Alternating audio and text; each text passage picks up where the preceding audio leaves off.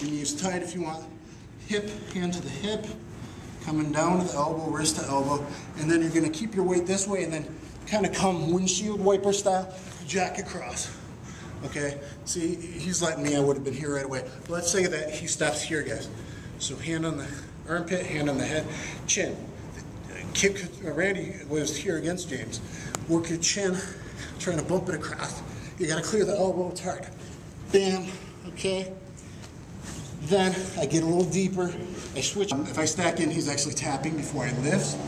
We'll do it loose here to see the angle. It's elbow up and paint the back of the hand down the mat, paintbrush here this way. Okay, so I'm gonna do both at the same time. But because he's kind of bigger guy, stacking first. That's the traditional right way.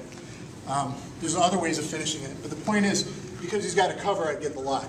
So a lot of times I'll come down low, I'm looking for the arm triangle or the S mount maybe, and I go to hit him, bam. I go to hit him and he covers deep, see that? Oh, he even gave me under his elbow with my chest. You go to cover here, here, look, here's a roller lock.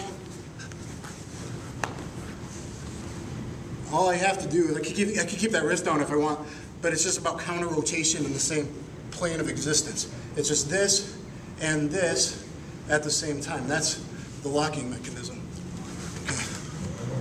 Okay, so it can be done lots of different ways. So it doesn't have to be done the traditional way, but you set that up with the hook from the punches from the mount.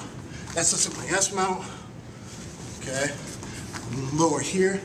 I'm looking for the arm triangle. I'm looking to jack it across for the arm triangle, but that doesn't happen. I punch him, he covers. There's the arm triangle, gave it to me. If he covers here, I can take this and come out, hop off the side now to transition to some type of key lock. That's called a roller lock. So lots of different things that you can do there. Of course, if he's in here tight and I can't get that out, I can still work arm triangles, hop off. If he's defending with the answering the telephone, you can counter with the old pseudo telephone lock, head in, wrist out, telephone lock. He's doing the telephone block, you do the telephone lock, head in, wrist out. Oh, elbow attack, almost no one knows that one. It's in a very old judo book by Nakamura. All right, so there's some stuff from the mount, guys. Arm triangle setup, key lock setup, and other fun telephone lock variations. All right, thank you. We're talking about the mount for MMA. Again, we attacked the legs earlier. If they're there, take them. Everyone forgets about them, or it opens up the arms. I've shown how to blast with punches and do elbows in other videos. So we're opening the guy up, we're looking for all kinds of stuff. Now we're going to talk about you're coming up high, you're punching the guy in a high mount, and he covers.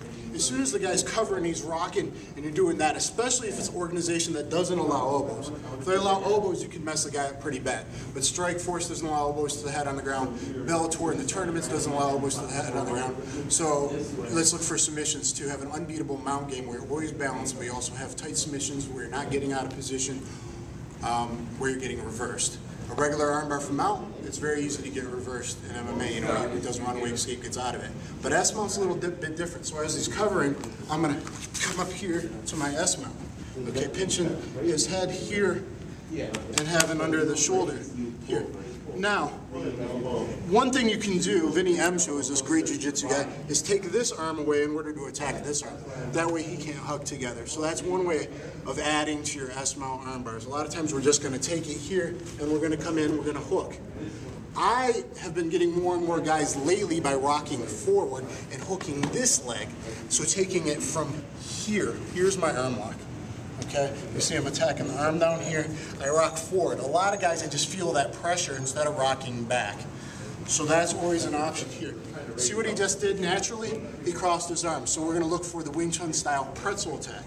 Okay, we're going to work him here. Anytime the guy crosses his arms, you can work locks in there. I got him arm barring himself right here. See with my shoulder pressure. Okay, and then I can come back to attack this arm. Guys don't do that. Why? Because very often guys cross their arms. He did naturally. I did not tell him to do that earlier. Okay? So a lot of times guys cross. If they cross even deeper, look at the lock there. Okay? And I'm just keeping my balance, and it's easy. You know, if he pretzels himself super crazy, I'm going to work all kinds of things. And maybe I'm just going to end up setting that armbar back up right here. Traditionally, you're going to go to your back.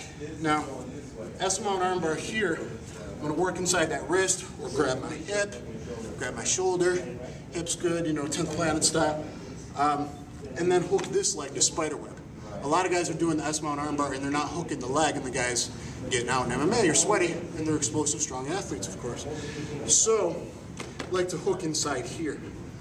Hook the leg, rock forward. Rock forward first to help his escape so he can't base in and stack in. Instead of just falling backwards, I want to come forward first and then fall back. Okay, here. Hook the wrist, hook the leg. This is your S-mount. Tight knees, hooking in here. Top leg, the one by the head, crosses on bottom. All right? If you get both arms in, that's the best. This position's a lot better than this. Though, of course, this still finishes. This still finishes. This still finishes. I don't like that. I think there's not enough control of the upper body. You know, this is okay, but really, ideally, you want the arm in here. But control this leg up here, stops the runaway escape, the thumbs up hitchhiking escape. And there's your armbar. Now again, let me talk about, you're staying low, hooking the legs. That stops this throwing you off, okay? Then after 10 seconds, or attacking the legs a little bit, I'm gonna come up.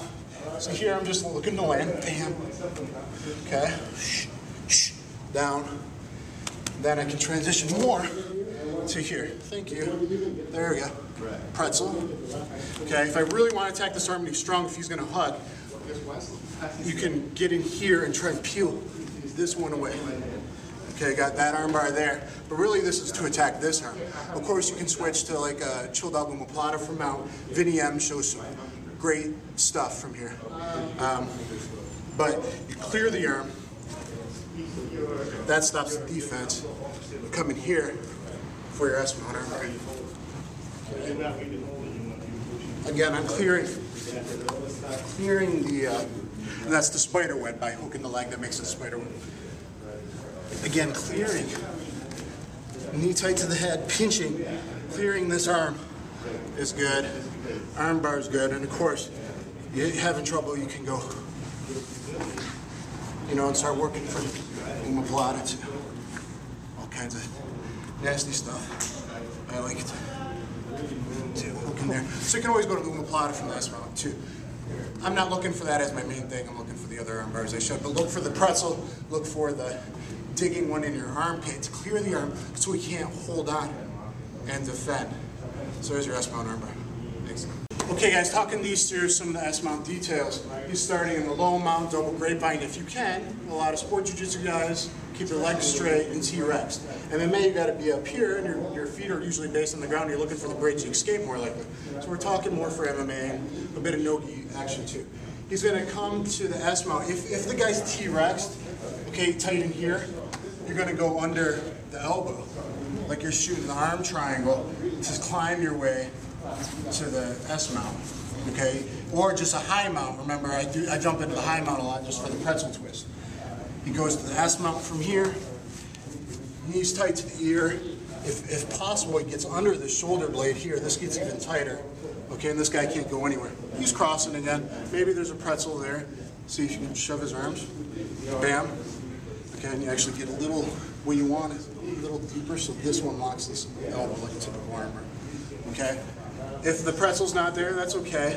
Look to clear the arm from the grab, cleared, okay? Then you can either go for the rock forward armbar, which I think he's going to prefer, and I prefer because I don't give up the top mount position. Okay, so go ahead and tap him out with that. And you just kind of rock forward. See him off at like a maybe 35-degree angle towards the leg, head this way, but sitting his butt down on the chest. Okay, so he's controlling the guy's weight, and if it fails, he bails, and he's still in this nice, tight position. We're talking MMA, the punches to the head, the elbows are totally open, and there he's, you know, up for attacks again. Go for it, the armbar S-mount. Okay, there's the forward one. Good, again. Then come back. This time go for hooking that leg to go to your back to S-mount. Good. Pull your head towards his leg. Okay. S-mount, we're going to cross top leg on bottom. If you can control under the shoulder, this is best. You're hooking in here or hooking your hip bone with this one. This is actually the tighter grip, okay? To hook your own hip bone. And there's this, again, hooking this inside leg stops the thumbs up runaway escape, which is the #1 escape in MMA. We see it all the time. That's why I usually don't go for an armbar. I want to give up the position, especially if elbows are allowed to the head. But especially if they're not, you're going to look for S-mount a lot. Even great jiu-jitsu guy Jake Shields against Paul Daly went for an S-mount armbar like I think 3 times until he got it. He tried it multiple times. You know, but not hooking this leg. If you don't hook this leg, the runaway escape's there. So for explosive arm bars, knee on belly, spin a Rooney arm bars to the other side, I usually do traditional, so I'll do a traditional arm bar. Now hooking, yeah, let him do it. Just show the position that you usually take with your feet by his neck. Traditional arm bar, a little different position.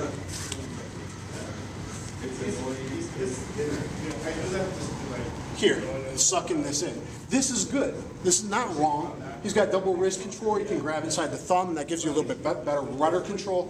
Rudder control can stop the runaway escape as well. If he starts to run away, go slow, he can rudder back this way and hip up and break the elbow. So, well, you know, rudder control is also good. I like this position more for the speed, fast, explosive, transitional arm bars. A lot of my other videos had an arm spin arm bar, knee on belly arm bar, when you're setting up a Kimura, spinning around to the other side arm bar, like Matt Hughes GSP. This style is good. Other positions to not give up, and I'll switch to the S-mount and show the difference. Hook the leg. It's going to hook the leg, rock off towards the leg. This is Eddie Bravo's style here, across the ankles. You're under the shoulder, top leg on bottom. A lot of guys do make this mistake, even in an upcoming movie with an MMA fighter in it. Top leg goes on bottom. See, now there's space, and this would allow him to grab your arms together and roll in now. Try and base in. This makes a big difference. Okay, so basing in, stacking in escapes a lot different if the top leg's on top. So a lot of guys make this mistake. Top leg on bottom, pinching the knees, hooking the leg, head to the leg, and then hip control here. So let's get an S-mount armbar. And that's it, guys. So look at all the details for the S-mount armbar, and we're going to talk about the arm triangle next. Okay, here's some grappling stuff. You can use an MMA and just straight grappling. The pretzel twist that I have in another video, in my mount videos, I show that in combination with the S-mount arm bars and stuff. So look up S-mount arm bars and the one with the pretzel twist. I'll show the pretzel twist again, and then secondary finish off of that Gene LaBelle showed me the other night, the Labellian position. Okay. So if a guy in MMA has got his hands here on his forehead to block punches, it's not the best position, but a lot of guys do it, or they just get crossed up and stuff. You get guys getting crossed up together. I hop my knees up high. You see I pinched his shoulders together. That made his arms cross by me hopping my arms up high. I pull his wrists, separate them, and go to the pretzel twist. I break his arms on himself. Try and come up the top, view on the arms. Here, I pull the arms across, so they're deep. My knees push them together across, and then here.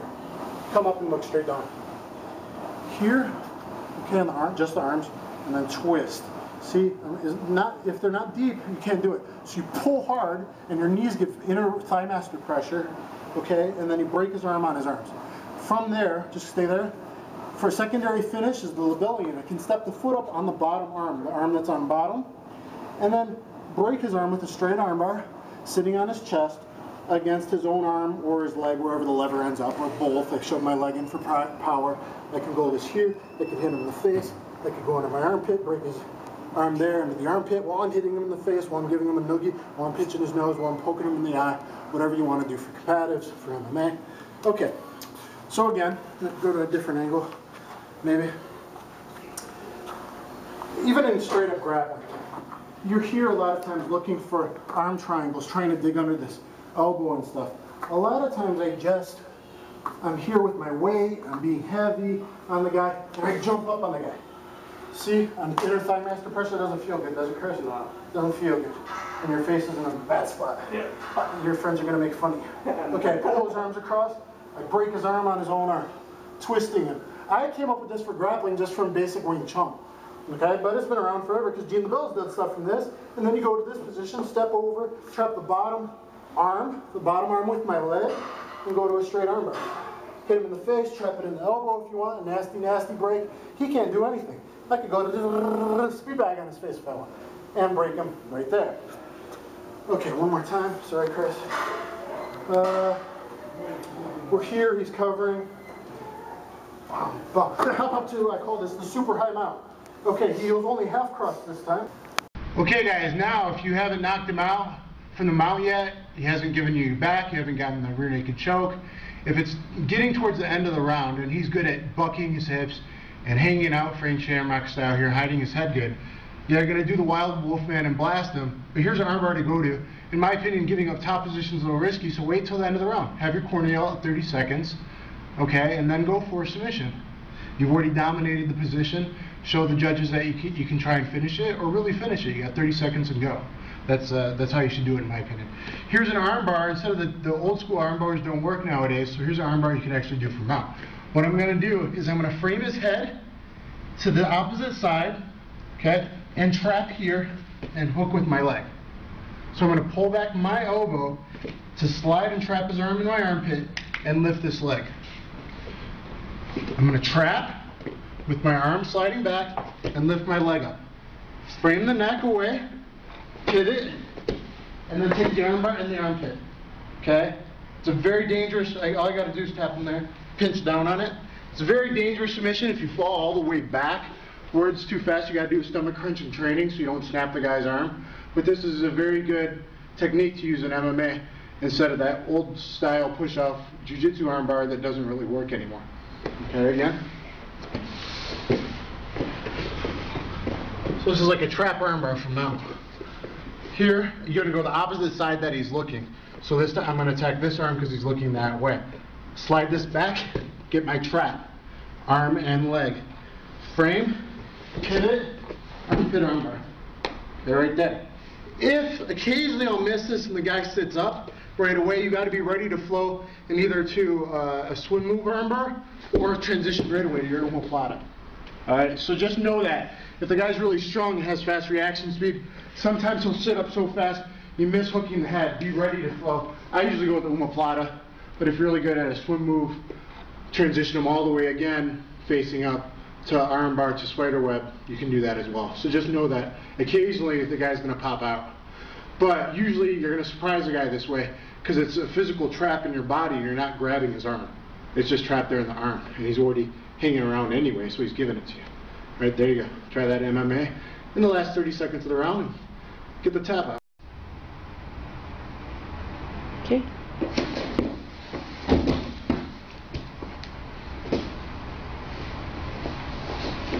Okay, next guys, from the front sprawl position, you managed to defend that double leg takedown. You're sprawled on top of them or you're already in a front headlock position. Go to the Cobra neck crank. I love this thing. I attack a lot of guys with it. It wastes very little energy and you tap quite a few guys with it. Okay, so from a front turtle position, I a lot of times just rest with my hand cupping his chin. That's good neck control, good head control. And then when I can, I'm going to underhook on this far side. From here, I'm going to throw this hand towards his back shoulder blade. Step my left foot up, and I want to try and turn in a tight circle, hip to hip, to rotate him over, using this as a leverage, okay, as a thrower, and trying to turn my left hip, try and turn that all the way towards his hip. Spin him, keep his head off the ground, rotate his chin, and bring it up to his head. Okay, just like a Mark Coleman headlock neck crank, but with his chin turned way sideways. Then you're compressing, so it's both a neck crank and a choke. You got them hooked this way. But the best thing is, I don't have long arms. It's not like a Darce choke or a Marsh choke or anaconda, rolling anaconda choke. It doesn't waste a lot of energy for me to squeeze and try and get it in deep. If I was long like Kendall Grove, that's easy. But if you're short and stubby like me, this is something very simple to do because you're not wasting any energy. I'm in here a lot, and all I got to do is I fight a lot to get this chin. If I get a chin grip, here, maybe I'm hitting it. If it was Pride Rules, maybe, or the street, I'm kneeing him in the head. But I'm going to underhook here, throw him to the side, get that side mount, pull that chin out, and compress his head up to his chest. I don't like to settle the guy and then bring him back up to waste energy. Get used to going slow with this because it's dangerous, but compress them right away. And use the Cobra neck crank anytime you get in the front sprawl position. Okay, the position in the front sprawl or front face lock, grab that chin and turn the corner and go right to it. Hey guys, Dan The Wolfman here at Combatives Dojo, newly expanded in Grand Rapids, Michigan, Ryan Bo's dojo. I'm just showing some moves. A lot of people turned out, a lot of pro fighters came today, and just showing some leg locks and stuff. This is one of my special moves called the cradle hook. I believe Ryan Bo showed me this back in 98, 99 and completely forgot about it, however I didn't. So, thanks Ryan for teaching this to me many years ago. I won the advanced absolute division, my third match, my final match at a grappling tournament, Great Lakes Submission Grappling Championship 2000, absolute heavyweight division. So I got a shoulder lock first match, got a crucifix neck crank second match, I got the cradle hook, heel hook submission, and my third match. Look it up, it's on my submission highlight video on YouTube and on my website, MMAforselfdefense.com. The cradle hook starts as like a wrestling cradle from the turtle position. And I'm just getting here with my knee, hammering in, or I'm just grabbing the guy, or I'm here, I'm heavy, whatever. Everything's basic, sit position, heaviness, overhand, pressure, pressure, pressure. Sometimes you can't bring the guy down, you can't sit the hooks in, maybe he's tight with his elbows, okay, and it's hard, maybe you're not very active. I don't like to look face up on the back, so I don't risk a lot of that. I like top gravity position. So from here, I come into some kind of position either on his face, on his far elbow, on his near elbow, come in here, grab this ankle, okay, put the head in the side, see what the best of it, bow and arrow him, there's my heel. Boom, it's fast. Okay, I ended up a little roly-poly in my match, you'll see it, check it out.